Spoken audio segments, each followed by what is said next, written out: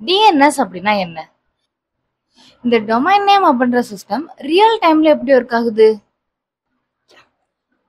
Hi, இது நம்ம channel கத்துக்க நிறைய இருக்கு. எப்பவும் நம்ம அட்டாக்ஸ் பத்தி தான் பார்ப்போம். இன்னைக்கு என்ன புதுசா டிஎன்எஸ் அப்படின்னா ரீசன் இருக்கு. நம்ம ஆக்சுவலா இதுக்கப்புறம் டிஎன்எஸ் ஸ்பூஃபிங் அப்படின்னா என்னன்னு பார்க்க போறோம். அதுக்கு முன்னாடி டிஎன்எஸ் அப்படின்ற சிஸ்டம் எப்படி ஒர்க் ஆகுது அப்படின்னு தெரியணும். அதுக்கு தான் இந்த வீடியோ.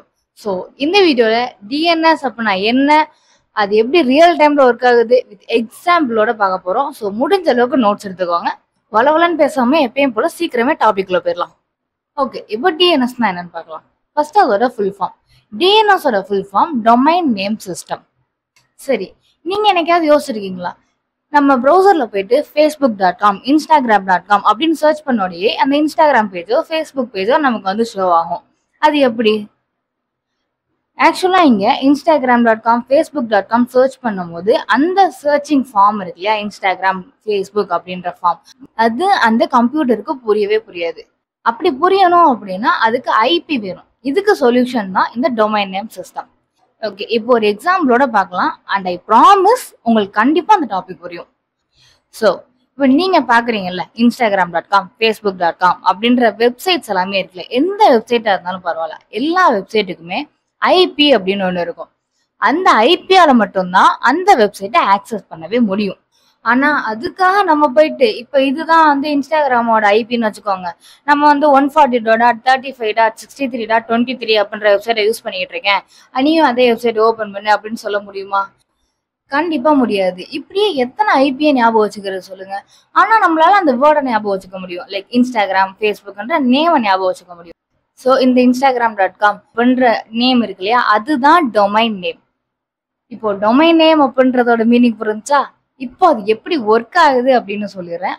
அப்பதான் டிஎன்எஸ் சிஸ்டம் எப்படி ஒர்க் ஆகுதுன்றது புரியும். அது மட்டும் இல்லாம டிஎன்எஸ் ஸ்பூஃபிங் அட்டாக் எப்படி பண்றாங்க அப்படின்றது புரியும்.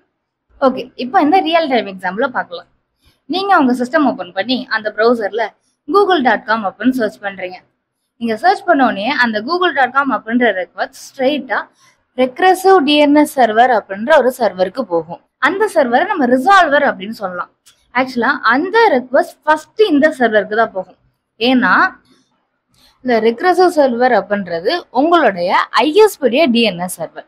ஐஎஸ்பி அப்படின்றது நீங்க யூஸ் பண்ற சிம் தான், ஜியோ ஏர்டெல் அதெல்லாம் இருக்கு இல்லையா, அந்த ஐஎஸ்பியோடைய டிஎன்எஸ் சர்வர். ஆல்ரெடி நீங்க அந்த வெப்சைட் யூஸ் பண்றீங்கன்னா, அந்த google.com அப்படின்ற வெப்சைட் முன்னாடியே யூஸ் பண்ணியிருந்தீங்க அப்படின்னா அந்த டிஎன்எஸ் சர்வர்ல இருந்தே உங்களுக்கு அந்த வெப்சைட்டோடைய ஐபி கிடைச்சிரும். அந்த ஐபி கிடைச்சோடனே உங்களுக்கு உங்களுடைய ப்ரௌசர்ல அந்த google.com அப்படின்ற வெப்சைட் ஓப்பன் ஆயிரும். சப்போஸ் நீங்க வந்து இதை ஃபர்ஸ்ட் டைம் யூஸ் பண்றீங்க அப்படின்னா அந்த ரெக்வஸ்ட் அப்படியே இன்னொரு சர்வருக்கு போகும். அது பேர் தான் ரூட் டிஎன்எஸ் சர்வர். இந்த மாதிரி 3 சர்வர் இருக்கும். ஒன்னு ரூட் டிஎன்எஸ், இன்னொன்னு டிஎல்டி டிஎன்எஸ் சர்வர், அதுக்கப்புறம் லாஸ்டா அத்தாரிட்டேட்டிவ் டிஎன்எஸ் சர்வர் அப்படின்னு 3 சர்வர் இருக்கும்.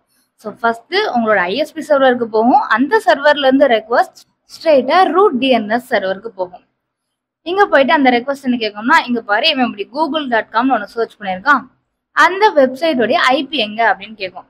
அதுக்கு அந்த ரூட் டிஎன்எஸ் சர்வர் என்ன ரிப்ளை பண்ணும்னா, என்கிட்ட ஐபில கிடையாது, பட் வந்து அந்த .com அப்படின்னு இருக்கு இல்லையா, அதோட மேனேஜர் யாருன்னு எனக்கு தெரியும், அந்த மேனேஜர்கிட்ட போய் கேட்டேன்னா அந்த ஐபி எங்க இருக்கு அப்படின்றத சொல்லும். ஆக்சுவலா அந்த .com .net அப்படின்லாம் வரும் இல்லையா எண்டிங்ல, அதான் மேனேஜ் பண்றது தான் டிஎல்டி டிஎன்எஸ் சர்வர்.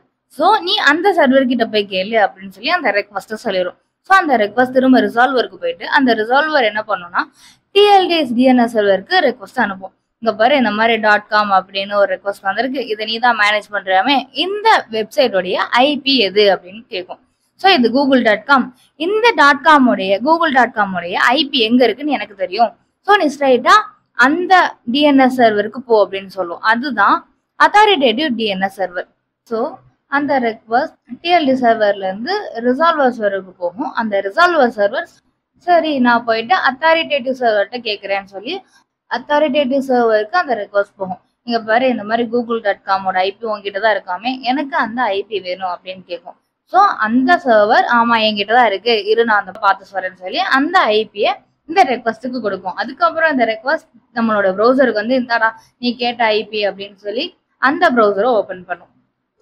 ஸோ ஒரு ப்ரௌசர் ஓப்பன் ஆகுறதுக்கு இந்த டிஎன்எஸ் சிஸ்டம் அப்படின்றது இவ்வளோ வேலை பார்த்து தான் அந்த ப்ரௌசரை நமக்கு கொண்டு வந்து கொடுக்குது.